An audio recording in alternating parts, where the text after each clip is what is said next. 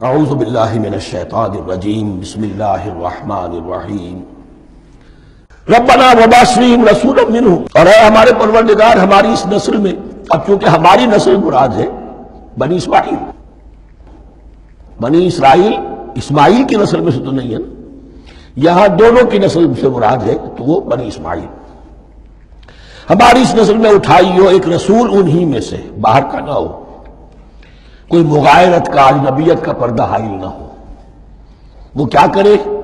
یتلو علیہم آیات کا، تیری آیات ان کو پڑھ کر سنائے، وَيُعَلِّمُهُمُ الْكِتَابَ وَالْحِکْمَةَ، اور صرف سنائے نہیں، تعلیم دے انہیں کتاب اور حکمت کی۔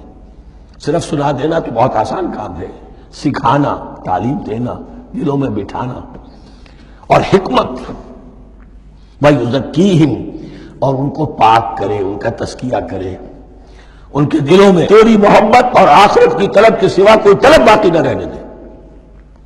انک انت العزیز الحکیم، یقیناً پروردگار تو ہی ہے زبردست اور کمال حکمت والا۔ ومن یرغب عن ملت ابراہیم الا من صفح نفسہ، اور ایسا شخص کون سا ہوگا جو ابراہیم کے طریقے سے منہ موڑے؟ یہ رغبت کا لفظ عربی زبان میں دونوں طرف جاتا ہے، رغبہ الہ کسی شے کی طرف رغبت ہونا، محبت ہونا، میلان ہونا، اور رغبہ عن کسی شے سے متنفر ہونا، کسی شے سے ابا کرنا، اس کو چھوڑ دینا۔ وَمَن يَرْغَبُ عَن مِلَّةِ إِبْرَاهِيمَ إِلَّا مَن صَفِحَ نَفْسَهُ، سوائے اس کے جس نے اپنے آپ کو حماقت ہی میں مبتلا کرنے کا فیصلہ کر لیا ہو، اور کون ہوگا جو ابراہیم کے طریقے سے منہ موڑے؟ وَلَقَدِ اصْطَفَيْنَاهُ فِي الدُّنْيَا، اور ہم نے تو اسے دنیا میں بھی پسند کر لیا تھا، چن لیا تھا۔ وَإِنَّهُ فِي الْآخِرَةِ لَمِنَ الصَّالِحِينَ، اور یقیناً آخرت میں بھی وہ ہمارے صالح بندوں میں سے ہوں گے۔ اِذْ قَالَ لَهُ رَبُّهُ أَسْلِمْ قَالَ أَسْلَمْتُ لِرَبِّ الْعَالَمِينَ، جب کہا اس سے اس کے پروردگار نے کہ مانو میرا حکم، اس نے کہا پروردگار قبول ہے تیرا حکم، یہاں تک کہ ذبح کرو بیٹے کو، حاضر۔ یہ آخری امتحان تھا، آخری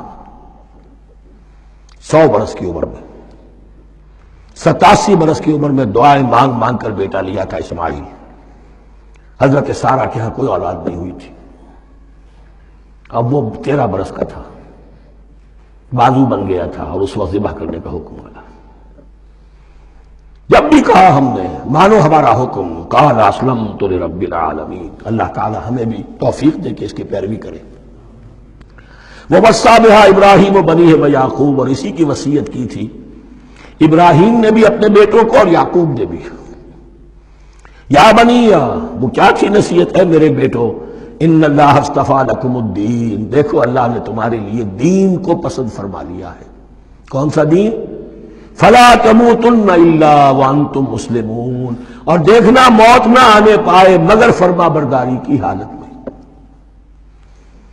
یہی بات آئے گی سورہ آل عمران میں مسلمانوں سے خطاب کر کے، یا ایھا الذین آمنوا اتقوا اللہ حق تقاتہ ولا تموتن الا وانتم مسلمون، اور ان الدین عند اللہ الاسلام ومن یبتغ غیر الاسلام دینا فلن یقبل منہ۔ ام کنتم شہداء اذ حضر یعقوب الموت، کیا تم اس وقت موجود تھے جب یعقوب کی موت کا وقت آیا؟ جب آدم کی یعقوب پر موت، یہ لفظی ترجمہ ہوگا، اذ حضر یعقوب الموت اذ قال لبنیہ ما تعبدون من بعدی، حضرت یعقوب نے اپنے سارے بیٹوں کو جمع کیا، 12 کے 12، اور مصر میں پہنچ چکے تھے یہ حضرت یوسف علیہ السلام کے ذریعے سے، جو سورہ یوسف میں ساری کہانی آئے گی، وہاں انتقال ہوا۔ تو انہوں نے اپنے بیٹوں کو جمع کیا، اذ قال لبنیہ ما تعبدون من بعدی، میرے بعد تم کس کی پوجا کرو گے، کس کی پرستش کرو گے؟ یہ بات نہیں تھی کہ انہیں معلوم نہیں تھا، لیکن یہ کہ ایک میثاق، قول و قرار اور پختہ کرنے کے لیے۔ قالوا نعبد الہک و الہ آبائک ابراہیم و اسماعیل و اسحاق، انہوں نے کہا کہ ہم پوجیں گے، بندگی کریں گے، پرستش کریں گے آپ کے معبود کی اور آپ کے آبا ابراہیم، اسماعیل اور اسحاق کے معبود کی، اور یہ کوئی مختلف معبود نہیں، الہ واحدہ، وہ تو ایک ہی الہ ہے۔ وَنَحْنُ لَهُ مُسْلِمُونَ، ہم اس کے لیے، اس کے سامنے سر جھکاتے ہیں۔ اسی کی فرما برداری کا اقرار کرتے ہیں۔ تلک امت قد خلت، یہ آیت 2 مرتبہ آئے گی اسی رکوع میں۔ یہ ایک گروہ تھا انسانوں کا جو گزر گیا، ابراہیم، اسماعیل، اسحاق، یعقوب، ان کی اولاد قد خلت، وہ گزر گئے۔ لہا ما کسبت ولکم ما کسبتم، ان کے لیے تھا جو انہوں نے کمایا اور تمہارے لیے ہوگا جو تم کماؤ گے۔ یعنی یہاں پدرم سلطان بود کا کوئی مقام نہیں ہے،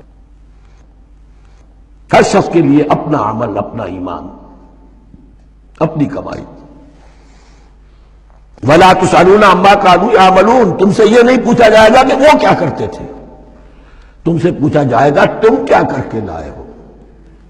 تو راچے ہے پدرم سلطان بود، تو راچے ہے، تم کیا ہو بھائی، تم اپنی بات کرو، باپ تمہارا سلطان تھا ہوگا۔ صدق اللہ العظیم۔